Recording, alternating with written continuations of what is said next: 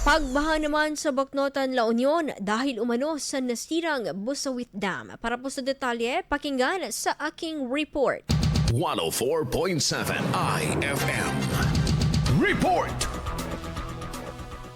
Dahilan ang pagkasira ng impounding sa Busawit Dam sa Bacnotan, La Union, kaya binahamuli ng barangay ngayong nararanasan pa rin ang epekto ng bagyo. Paliwanag ng Bacnotan MDRRMO sa nararanasang pagbaha sa kasalukuyan, sinasalo rin umano ng Baroro River ang tubig na nagmumula sa bahagi ng San Gabriel at Benguet, kaya kahit hindi umano malakas ang ulan sa La Union ay mataas ang level ng tubig sa ilog. Ang nabanggit naman na Busawit Dam ay nasira ng bagyong Emong na isa sana sa tutulong sumalo ng tubig para sa irigasyon. Simula noong Lunes, binahana ang mga bahagi ng Barangay Baroro, Poblasyon, Nagsimbaanan, Nagsaraboan, Rawis, Zaragoza at 3 pang barangay dahilan kaya hindi na madaanan ang kakalsadahan. Bukod dito, patuloy umano nagmumungkahi ng flood control drainage system ang tanggapan sa national government dahil hindi umano kakayanin ng pondo sa lokalidad ang pagpapatupad ng malaking proyekto. Hinimok na lokal na pamahalaan ang mga residente na lumikas na o makipag-ugnayan sa otoridad kapag nangangailangan ng tulong sa anumang emergency. Kasama mo mula dito sa IFM Dagupan. Ito si Idol Jam Victorio. Tatak,